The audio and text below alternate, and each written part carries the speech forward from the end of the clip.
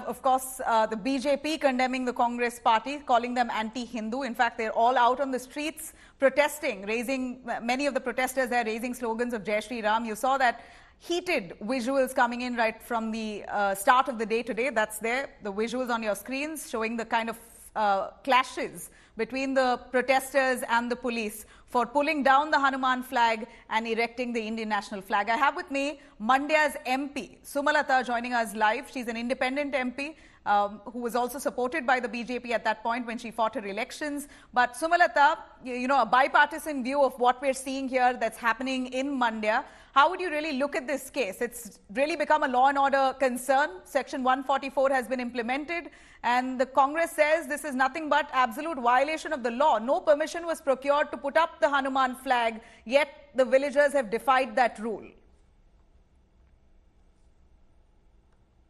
I think, Nabila, we need to get some facts here properly, because there's a lot of, I think, misleading information that's been flying around left, right, center.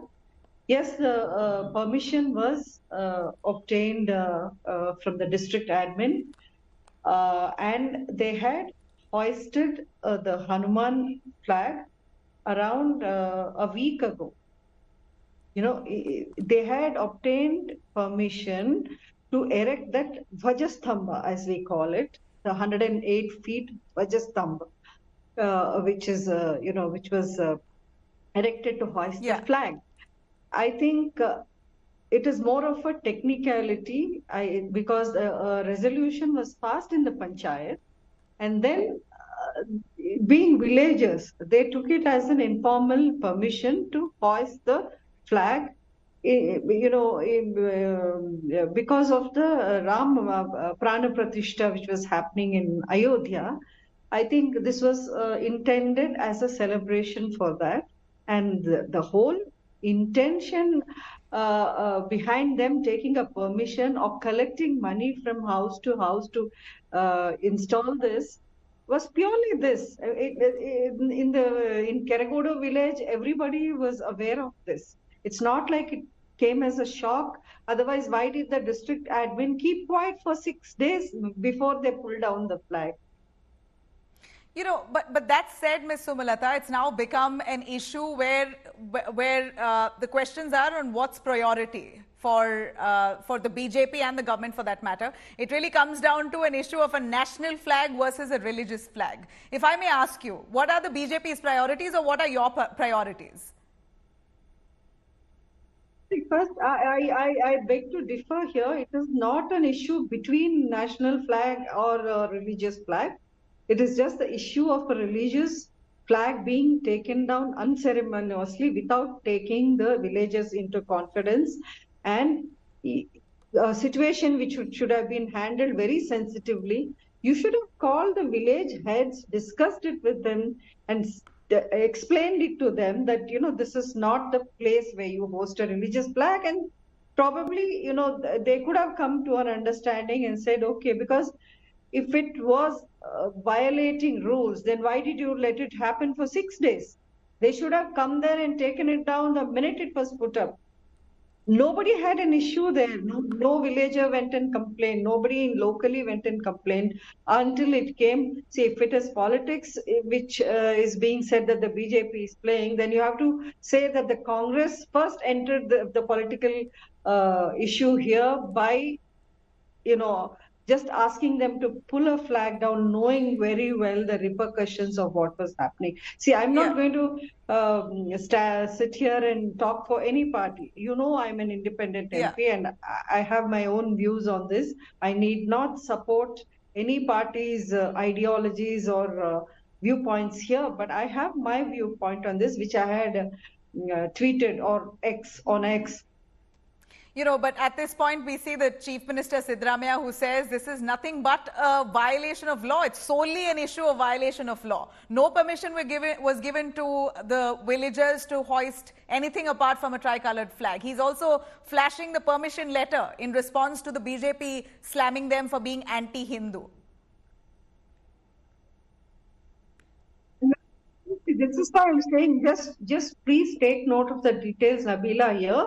It is not a flagpole which was already there that you can say this is intended for, or this was already hoisting national flag.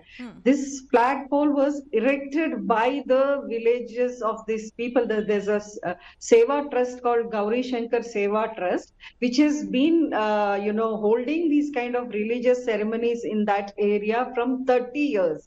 It's nothing new. And all the villagers have gone along with it. They all believe in it. And they've gone along with it. And all these years, there was never a problem until one particular person, decided to step in and make a mess of things. I'm not saying that legally they were right. Yes, they might have flouted rules, which is there, but the way you have handled it is very wrong. You have brought this upon yourselves. Now you will have to clean the mess. Because this issue is not going to die down so easily, according to me. Yes, maybe some political parties now are coming forward and lending support to them or trying to take advantage, as you might put it. But that's secondary and that's expected also. What did you expect? Did you expect otherwise? Because the whole thing was created by one party. Now another party or some other parties will jump in and make their own stand clear on this. I will pick from that point you said, did the Congress expect otherwise? They know very well that a situation like this will erupt in this kind of fallout, a ruckus that we see in Mandya there, where they had to resort to lathi charge eventually. So, Ms. Sumalata, the BJP calls the Congress here as anti-Hindu. You're an independent candidate. Do you feel the same way about the ruling party there in Karnataka? Are Hindu sentiments being deliberately hurt? Or have Hindus become sensitive?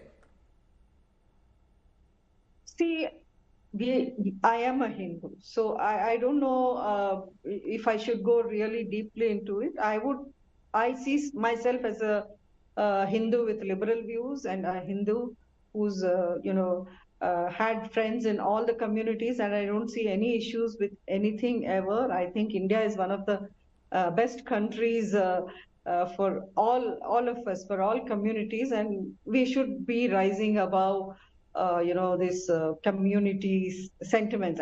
That's my personal opinion. But then, it's nothing new that a certain party stand for certain ideologies, and BJP has stood very strongly with their Hindu ideology, if I might say so. So there's nothing surprising or new there. But I see a change in people, even in remote villages in the south. I'm not talking about elsewhere, and especially in Karnataka and in my constituency. I'm seeing a slow change in people. Maybe they're getting more aware of their identity, or maybe they're trying to stand up more stronger for their identity. But it should not get into a situation where we are fighting each other, or there's communal tension or violence or disruptions of life like it's happening now in today's case. Today's case, I squarely blame, I can't even blame the admin. They're obviously taking orders from some politicians. So you'll have to, without proof, I would not like to point fingers, but I know that there has been political pressure to remove the flag without even taking, anybody into confidence locally. They could have done that. All right. That's Sumalata there. Thank you very much, ma'am, for sparing time and speaking to us. We know your constituency right now is troubled. People of Mandya are scared. There's Section 144 that's been imposed there in the area. Amidst that, you've spared time to speak to us. Thanks very much there. Let me cut across.